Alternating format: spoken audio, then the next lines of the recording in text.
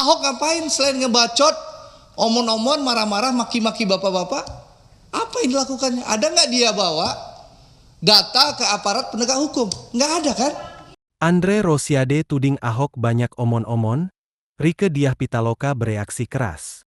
Wakil Ketua Komisi 6 DPR dari fraksi Partai Gerindra, Andre Rosiade dan anggota Komisi 6 DPR dari fraksi PDIP, Rieke Diah Pitaloka perang kata-kata soal kasus korupsi minyak mentah Pertamina dan mantan Komisaris Utama Pertamina, Basuki Cahayapurnama, Ahok. Perang sengit itu terjadi dalam rapat kerja Komisi 6 DPR RI yang digelar pada Selasa, 11 Maret 2025, di Gedung DPR, Senayan, Jakarta.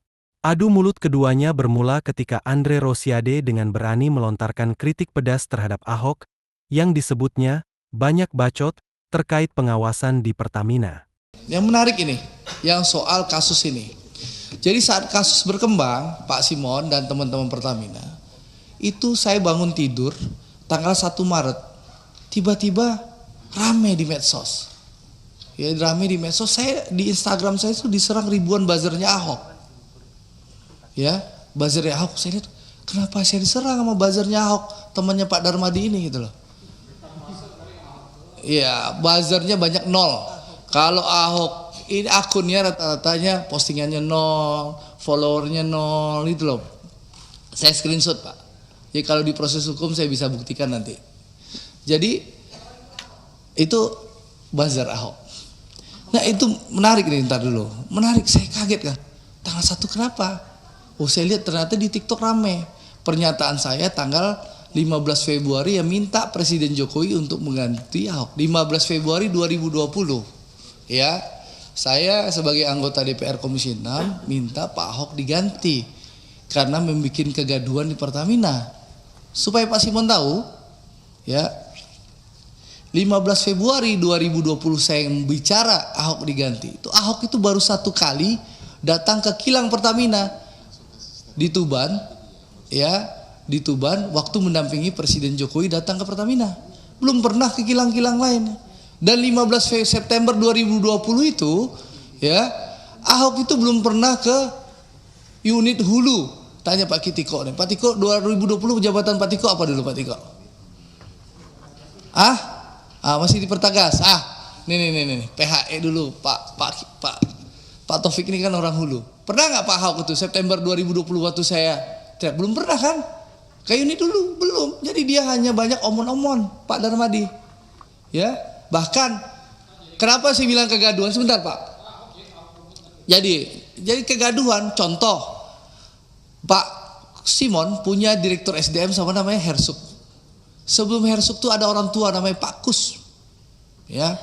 Nah, bapak-bapak ini tahu bagaimana Ahok membentak-bentak tuh orang tua, Pak Kus itu, ya.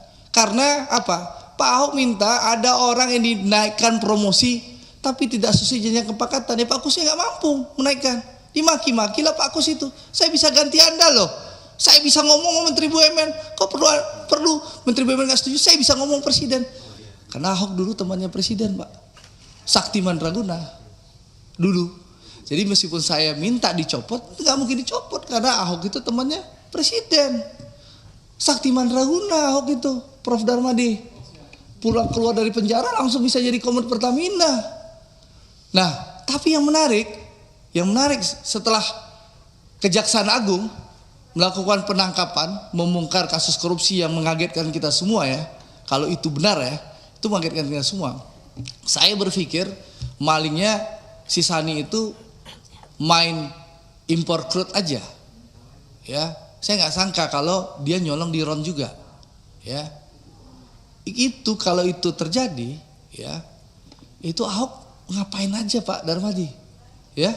Padahal Ahok itu menikmati loh penghasilan puluhan miliar jadi Komet Pertamina.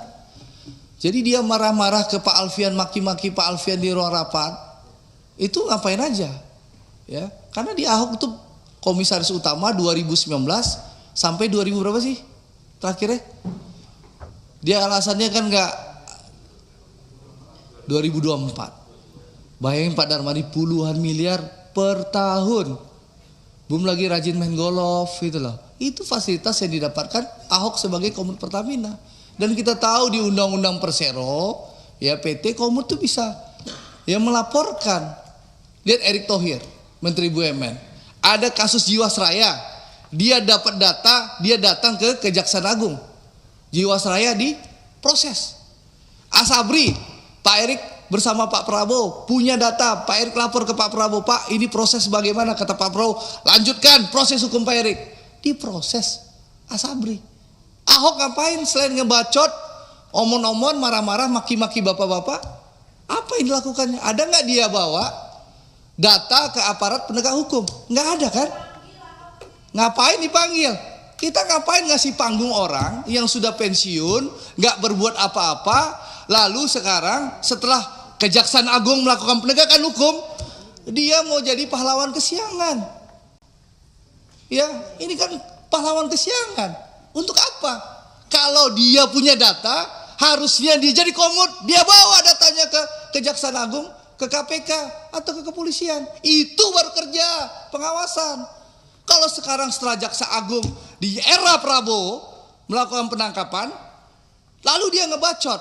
Oh, kalau saya bisa, saya punya data. Lu ngapain aja lu bro selama ini gitu loh.